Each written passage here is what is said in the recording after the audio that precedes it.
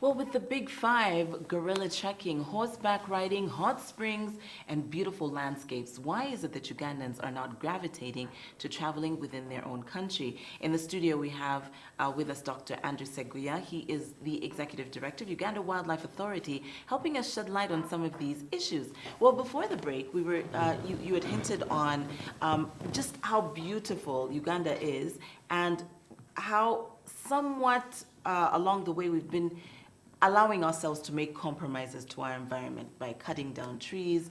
And I think there was talk of the glaciers somehow, melting. Exactly. Can you help us understand how, how to preserve these beautiful, beautiful sites that are in our country? First of all, I think we need to understand that we need to protect these futures that we have. We have to protect the forests that we have, because it is the forests that actually created the kind of climate that we have, the water bodies. If you look at Lake Victoria, they will tell you that the entire Luzira arm is dead, meaning that there is no life in that water. There is no fish, there is nothing, it's dead. But Luzira was not like that. If you look at our animals, lots of people are actually poaching these animals. Someone pays so many thousands of dollars to come and see these animals, another one spares it to have it for dinner.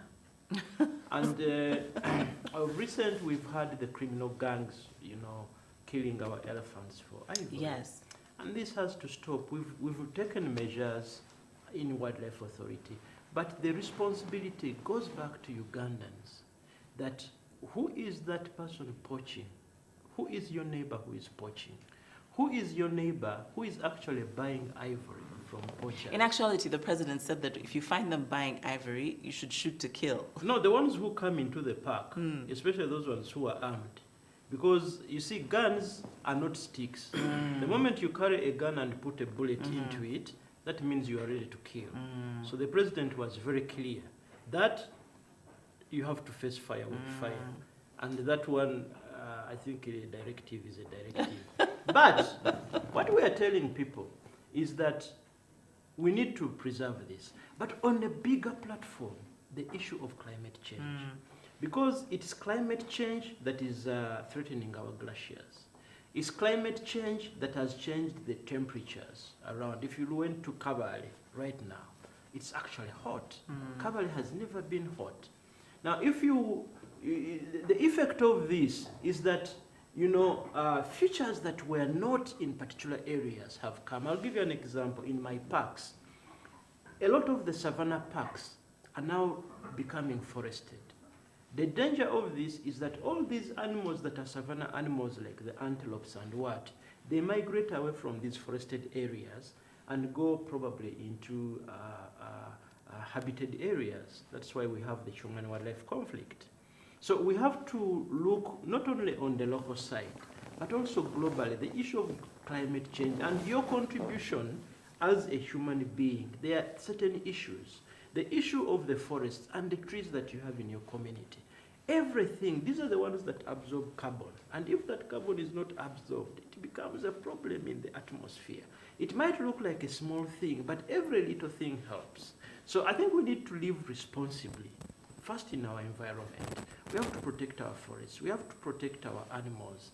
We have to protect our environment such that they are safe and nice to live in. It's a responsibility we have as Ugandans, and we must take it. Dr. Seguya, back to my huge problem and challenge. You still have not answered my question on exactly what Kenya has done, because I don't want to assume it is just about the mindset, because Ugandans are not Kenyans. So by the time Ugandans now leave Uganda to go to Kenya, earlier we were having an argument with my fellow teammates here, and I was saying that one of the reasons I'd rather travel to Botswana or South Africa or Dubai, although Dubai became more famous really, the issue was there's been value addition. Today, agriculture-wise, we have coffee, but coffee exported in its raw form will always earn us peanut dollars. Whereas Andrew Rugasira exporting a processed good African coffee earns millions of dollars.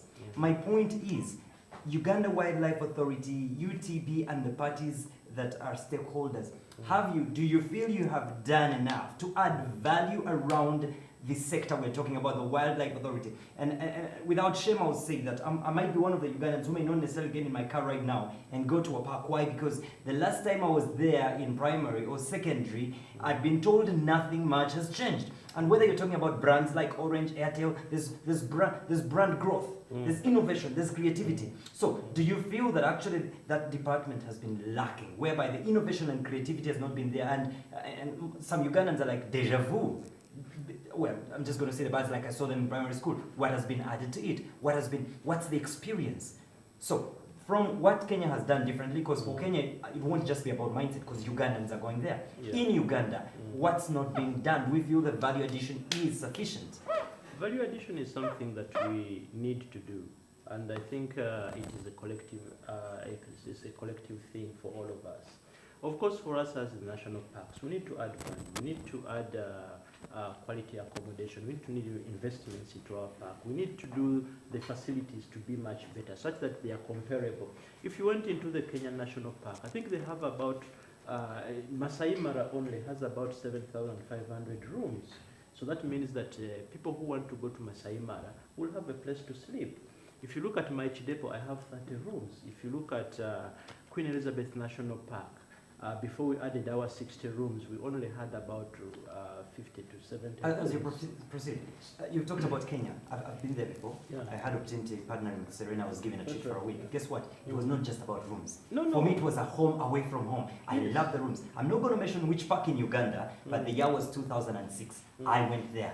I was supposed to spend 3 days there. I spent one night, gathered our souls, and got back. Because I didn't like the comfort in the rooms, and I thought, because I'm looking for that home away from home experience, which I didn't have at that time. I gave up on it 2006. Since then, I've not thought about it. And it's that experience that we're missing. But I think you also need to realize that we had our problems as a country for so many years. We lost about 3 decades, where countries like Kenya, countries like Botswana, and all those things, were having peace, and they were actually growing.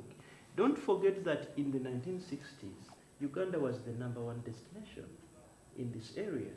But then when Amin came in and all that, for me, I'm not a person who wants to cry over spilled milk, because we had our problems.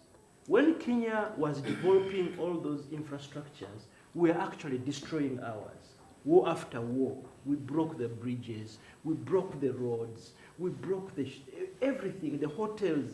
I mean, Sheraton has just come up. It was a Apollo hotel. Nobody could sleep here. Look at Nile. Is it Nile Hotel? It was a butcher. People were being killed there every day. It's only in the last 15 years that Serena has become what it is, that you can go and have a meal there. Before, just passing by the gates of Serena, the current Serena, could cost you a life. So we've had our problems, and we've stayed behind.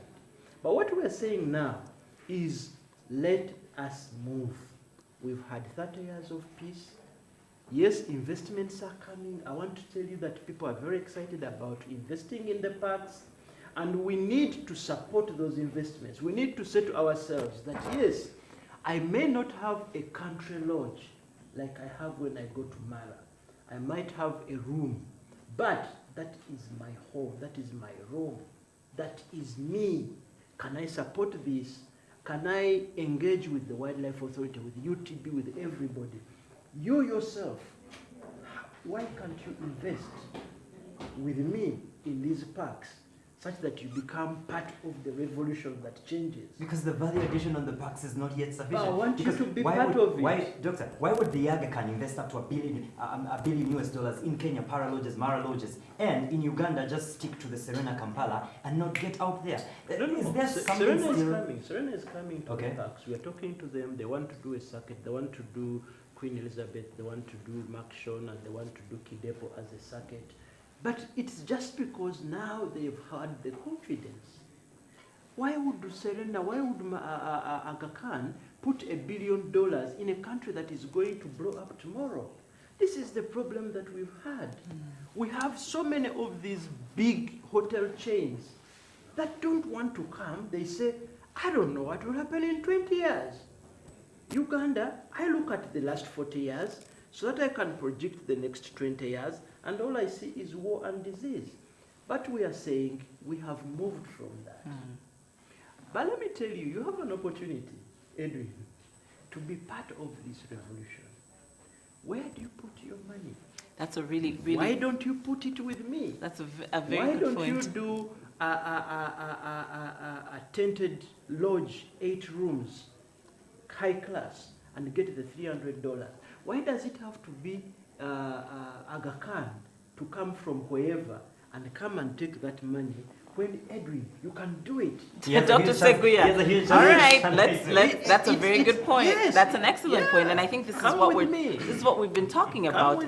Let us get involved in our own tourism. This is our home. And appreciate it. And I like what you did say about changing a mindset into that. Dr. Seguya, thank you so much for coming. Hopefully you can come and help us understand some of these issues a little bit deeper. But before we go, why don't you come with me in the parks?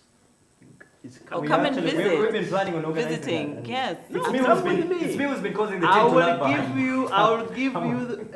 give you a go there. I'm saying it live. Oh, that's nice. Yes. I can't wait. All of you come, we go. Okay. Yes. And see this beauty. Absolutely. Lovely. Well, thank you so much. We're going to take a short break. When we come back, Business Unusual with Daniel O'Mara.